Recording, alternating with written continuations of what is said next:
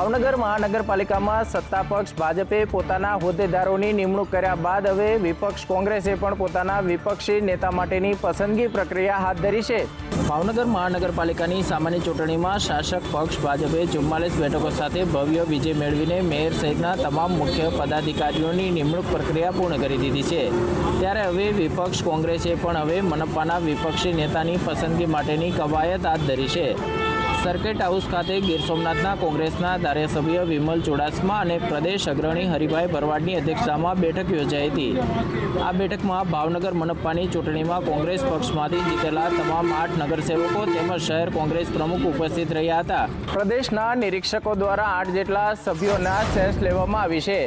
આગામી દિવસોમાં સત્તાવાર રીતે વિપક્ષી નેતાનું નામ જાહેર કરવામાં આવશે। રાજ્યમાં ચોમાસાને લઈને હવામાન વિભાગની મોટી આગાહી। અલ નીનોની અસર શરૂ છતાં ચોમાસું સારું રહેવાની શક્યતા। હવામાન વિભાગના જણાવ્યા અનુસાર વેસ્ટર્ન ડિસ્ટર્બન્સની અસરના કારણે રાજ્યના વાતાવરણમાં મોટો પલટો આવ્યો છે। આ વેસ્ટર્ન ડિસ્ટર્બન્સને પગલે આજે જ રાજ્યના કેટલાક જિલ્લાઓમાં વરસાદ ખાબકી શકે છે। ખાસ કરીને અમરેલી અને કચ્છમાં આજે વરસાદની સંભાવના સેવાઈ રહી છે। गुजरात रीजन में अगले 7 दिनों तक हल्की से मध्यम बारिश हो सकती है और सौराष्ट्र कच्छ में भी हम आज एक्सपेक्ट कर सकते हैं कि अमरेली भावनगर इत्यादि में हो हल्की से मध्यम बारिश आइसोलेटेड प्लेसेस पे हो सकती है।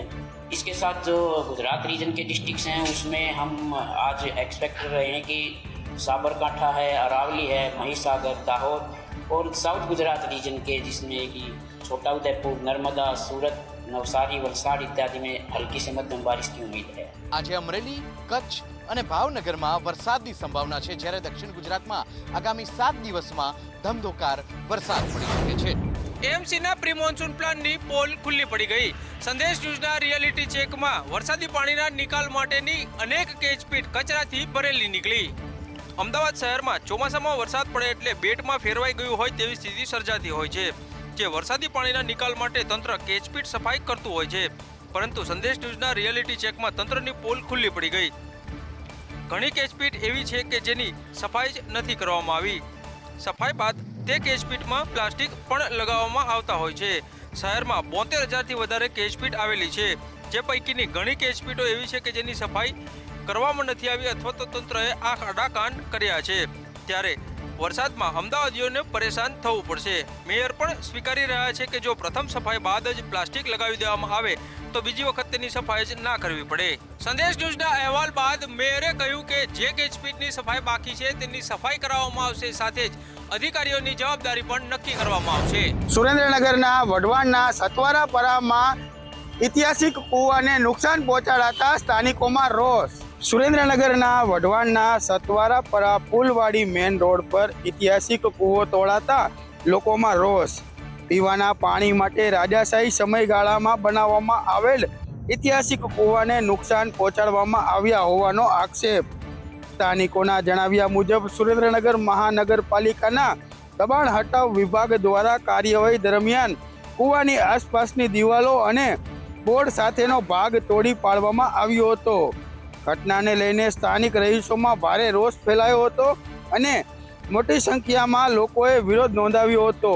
સ્થાનિકોનું કહેવું છે કે ઐતિહાસિક વારસાનું સંરક્ષણ થવું જોઈએ અને આવા સ્થળોને નુકસાન પહોંચાડતા પહેલા યોગ્ય વિચારણા કરવી જોઈએ। સ્થાનિકો દ્વારા જવાબદાર અધિકારીઓ સામે કાયદેસરની કાર્યવાહી સાથે જ ઐતિહાસિક કૂવાને યોગ્ય જાળવણી કરવા માંગ ઉઠી છે।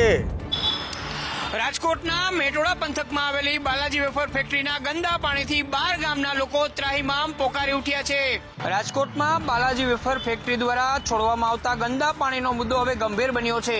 કંપની દ્વારા સતત છોડાઈ રહેલા દૂષિત પાણીના કારણે આસપાસના વિસ્તારની અંદર પર્યાવરણને ખતરો ઊભો થયો છે। કંપનીના પ્રદૂષણથી ન્યારી નદી પ્રદૂષિત થઈ રહી છે।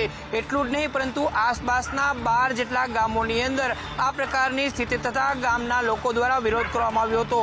12 ગામના લોકોએ જીપીસીબીમાં ફરિયાદ કરી છે, પરંતુ જીપીસીબી દ્વારા તપાસના નામે માત્ર નાટક જ કરાતું હોવાની વિગતો અત્યારે સામે આવી રહી છે। તપાસનો એક પણ પ્રકારનો રિપોર્ટ જીપીસીબી દ્વારા સાર્વજનિક કરવામાં નથી આવ્યો। બાલાજી વેફરના ગંદા પાણી અંગે 12 ગામોની ફરિયાદ છતાં પણ ગુજરાત પોલ્યુશન બોર્ડ આંખ મીચીને સૂઈ રહ્યું હોય તે પ્રકારની સ્થિતિ અત્યારે જોવા મળી રહી છે।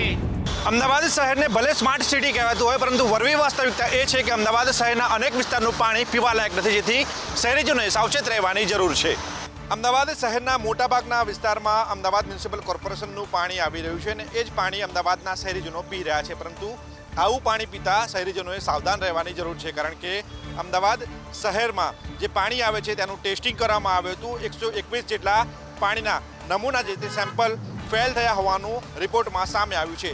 જાન્યુઆરીથી મે મહિનામાં આ સેમ્પલ લેવામાં આવ્યા હતા, જેમાંથી 121 જેટલા પાણીના સેમ્પલ ફેલ થયા છે, એટલે કે આ પાણી પીવાલાયક ન હોવાનું સામે આવ્યું છે. મે મહિનામાં જે રિપોર્ટ લીધા છે તેમાંથી 54 સેમ્પલ ફેલ થયા છે. આ સાથે જ અમદાવાદ શહેરના 31 વિસ્તારોનું પાણી પીવાલાયક ન હોવાનું પણ આ રિપોર્ટમાં ઉલ્લેખ કરવામાં આવ્યો છે, જેને લઈને અમદાવાદના શહેરીજનોને જે પાણી તેમના ઘરે આવી રહ્યું છે તે પાણી ઉકાળીને પીવા માટે સલાહ આપવામાં આવી રહી છે. જે રિપોર્ટ સામે આવ્યો છે તેમાં પાણીના જગનું તેમજ આઈસ ફેક્ટરીનું પાણી પણ પીવાલાયક ન હોવાનું સામે આવ્યું છે, જેને લઈને શહેરીજનોને પાણી ઉકાળીને પીવા માટેની સલાહ આપવામાં આવી રહી છે. વડોદરા શહેરના ગોત્રી તળાવમાં સંદેશ ન્યૂઝના અહેવાલની અસર જોવા મળી છે. 10 દિવસ અગાઉ વડોદરા શહેરના ગોત્રી વિસ્તારમાં આવેલ ગોત્રી તળાવમાં અસંખ્ય માછલીઓના મોત નીપજ્યા હતા. આ મૃત માછલીઓના મૃતદેહ કિનારા પર આવી ગયા હતા, જેને લઈને આસપાસના વિસ્તારમાં ભારે દુર્ગંધ મારતી હતી. એક સપ્તાહ અગાઉ સંદેશ ન્યૂઝની ટીમ સ્થળ પર પહોંચી ત્યારે દ્રશ્યો ચોંકાવનારા હતા. એક તરફ મૃત માછલીઓના ઢગલા અને બીજી તરફ ગટરના દૂષિત પાણી તળાવમાં છોડવામાં આવી રહ્યા હતા. આ ઉપરાંત દૂષિત પાણીને લીધે અહીં મચ્છરોએ પોતાના માળા બનાવી દીધા હતા, જેથી દુર્ગંધની સાથે મચ્છરોનો ઉપદ્રવ વધતા સ્થાનિકોમાં ભયનો માહોલ ઊભો થયો હતો. સંદેશ ન્યૂઝે અહેવાલ પ્રસારિત કરતા તંત્ર સજાગ થયું હતું અને એક જ સપ્તાહમાં દૂષિત પાણી તળાવમાં જતું અટકાવ્યું હતું. એટલું જ નહીં, તળાવમાં જોવા મળેલ જંગલી વેલાને પણ દૂર કરાયા હતા. મહત્વનું છે કે થોડા વર્ષો પહેલા જ કરોડોના ખર્ચે ગોત્રી તળાવનું બ્યુટિફિકેશન કરવામાં આવ્યું હતું, જેની આ પ્રકારની દશા જોવા મળી રહી છે. સુરતમાં નાસીન નગરના ડિમોલેશન બાદ મહાનગરપાલિકાનું તંત્ર હવે દોડતું થયું છે અને હવે રસ્તા શોધવાના પ્રયાસો શરૂ કરાયા છે. મહાનગરપાલિકાની ટીમ સિટી સર્વેની ઓફિસમાં પહોંચી ગઈ છે. પહેલા તોડફોડ કરી પછી રસ્તો શોધવા નીકળ્યા સુરત મહાનગરપાલિકાની. આ તો કેવી કામગીરી છે. સુરતના નાસીન નગરમાં થયેલું ડિમોલેશન હવે પાલિકાના અધિકારીઓ માટે જ મુસીબત સાબિત થઈ ગયું છે. ઘટના એવી છે કે પાલિકાની ટીમે પૂરજોશમાં આવીને ડિમોલેશન તો કરી નાખ્યું, પણ હવે જ્યારે જમીન પર રસ્તો માપ લેવાની વાત આવી ત્યારે અધિકારીઓના હોશ ઉડી ગયા છે. રસ્તો ક્યાં છે અને ક્યાં જશે તેનો કોઈ નક્કર નકશો જ તંત્ર પાસે ઉપલબ્ધ ન હતો. આટલી મોટી લાપરવાહી બાદ પાલિકાની આખી ટીમ હવે દોડતી થઈ ગઈ છે. શુક્રવારેનો આખો દિવસ ટાઉન પ્લાનિંગના અધિકારીઓ માટે દોડધામ ભર્યો રહ્યો હતો. કોઈને ખબર ન પડે તે રીતે અધિકારીઓ સિટી સર્વેની કચેરી પહોંચી અને બહુમાળી ભવનના 7મા માળે જઈને કલાકો સુધી જૂની ફાઇલો અને નકશા ઉઠલાવ્યા હતા. ત્યારે હવે જોવું રહ્યું કે આ તમામ ડિમોલેશન બાબતે આગામી દિવસોમાં મહાનગરપાલિકા તરફથી શું જવાબ રજૂ કરવામાં આવે છે. નાસીન નગરના ડિમોલેશનના મુખ્ય સૂત્રધાર સુરત મહાનગરપાલિકાનો અધિકારી સુજલ પ્રજાપતિ ભૂગર્ભમાં ઉતરી ગયો છે. છેલ્લા કેટલા દિવસથી તે ઓફિસે આવ્યો જ નથી. સુરતના નાસીન નગરમાં તંત્ર દ્વારા કરવામાં આવેલા ડિમોલેશનના 15 દિવસ બાદ પણ અસરગ્રસ્ત પરિવારો ખુલ્લા આકાશ નીચે રહેવા પર મજબૂર બન્યા છે. ત્યારે આ સમગ્ર ઘટનાનો એક ડ્રોન વિડીયો સોશિયલ મીડિયા પર વાયરલ થયો છે. આટલી ગંભીર સ્થિતિ હોવા છતાં પણ વહીવટી તંત્રનો એક પણ અધિકારી હજી સુધી પીડિતની વહારે આવ્યો નથી. બીજી તરફ સ્થાનિક સ્તરે એવી ચર્ચાએ જોર પકડ્યું છે કે બિલ્ડરે વગ વાપરીને અમુક રહીશો સાથે પડદા પાછળ ગુપ્ત સમાધાન કરી દીધું છે. સૂત્રોના જણાવ્યા અનુસાર માત્ર 3 લાખ રૂપિયા આપીને 5 લોકો સાથે આખી ડીલ ફિક્સ કરવામાં આવી છે. ત્યારે આ સમગ્ર બાબતે મનપા દ્વારા એક કમિટીની રચના કરવામાં આવી છે, પરંતુ આટલા દિવસો વીતી ગયા છતાં પણ કમિટી દ્વારા કોઈ પણ જવાબ રજૂ કરવામાં નથી આવ્યો, જેથી કરીને જ કમિટી પણ હવે શંકાના દાયરામાં આવી રહી છે.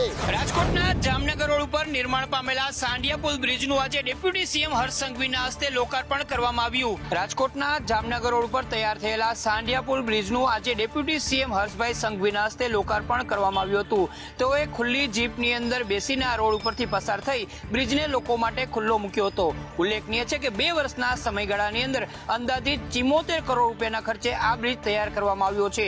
રાજકોટ જામનગર વચ્ચે માધાપર ચોકડી તરફ જવા માટે આ બ્રિજ ખૂબ જ મહત્વનો છે. અગાઉ આ બ્રિજ 1977 ની અંદર બનાવવામાં આવ્યો હતો.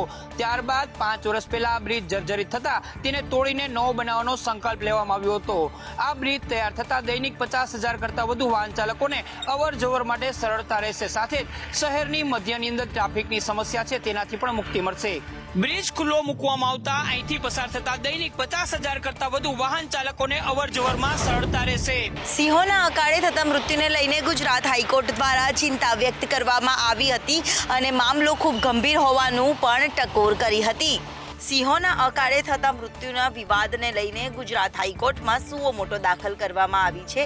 વર્ષ 2017માં આ સુઓ મોટો કોર્ટે દાખલ કરી હતી, જે અંતર્ગત હાલ તાજેતરમાં સિંહોના જે મૃત્યુ થઈ રહ્યા છે તે બાબતને લઈને કોર્ટમાં ધ્યાનમાં આવ્યું હતું અને કોર્ટે પણ એ બાબતને લઈને ચિંતા વ્યક્ત કરી હતી. જો કે રેલવે અભયારણ્ય નજીક હોવાના કારણે રેલવે લાઇન ઉપરથી પસાર થતા સિંહોના પણ મૃત્યુ થઈ રહ્યા છે. તો કેવા પ્રકારની ફેન્સિંગ કરવામાં આવી છે તેને લઈને કેન્દ્રીય રેલવે વિભાગ તરફથી સાથે સાથે રાજ્ય સરકાર અને કેન્દ્ર સરકારના સંયુક્ત દ્વારા કયા પ્રકારનો પ્રયાસ કરવામાં આવ્યો છે જેમાંથી સિંહોને બચાવી શકાય તે બાબતને લઈને ખુલાસો માંગવામાં આવ્યો હતો, જે અંતર્ગત ગુજરાત હાઈકોર્ટે ખુલાસો આપવા માટે સરકારને કહ્યું છે. સાથે સિંહોના જે હાલની પરિસ્થિતિમાં મૃત્યુ થઈ રહ્યા છે તે બાબત ચિંતાજનક કોર્ટે ગણાવી હતી. જો કે અભયારણ્યમાં રેલવે લાઇન નીકળી રહી છે અને તેના જ કારણે સિંહો ત્યાંથી પસાર થાય તો તેમના મૃત્યુ થાય છે તે બાબતને લઈને સુનાવણી હાથ ધરવામાં આવી હતી, જે બાબતમાં સરકારને જવાબ રજૂ કરવા માટે હાઈકોર્ટે આદેશ કર્યો છે. સૌરાષ્ટ્રના સુપ્રસિદ્ધ જન્માષ્ટમીના લોકમેળાનું રેસકોર્સ ખાતે આયોજન કરવામાં આવશે. સૌરાષ્ટ્રના સૌથી મોટા અને સુપ્રસિદ્ધ જન્માષ્ટમીના લોકમેળાની તૈયારીઓ અત્યારથી જ યુદ્ધના ધોરણે શરૂ કરી દેવામાં આવી છે. સતત 5 દિવસ સુધી ચાલનારા આ ભવ્ય લોકમેળાના સફળ આયોજન માટે વહીવટી તંત્ર દ્વારા 20 જેટલી અલગ અલગ વિશેષ સમિતિઓની રચના કરવામાં આવી છે. આ મેળામાં ઉમટી પડતી લાખોની જનમેદનીને ધ્યાનમાં રાખીને સુરક્ષા વ્યવસ્થા અને ભીડ નિયંત્રણ માટે અત્યારથી જ એક મજબૂત એક્શન પ્લાન તૈયાર કરવામાં આવ્યો છે.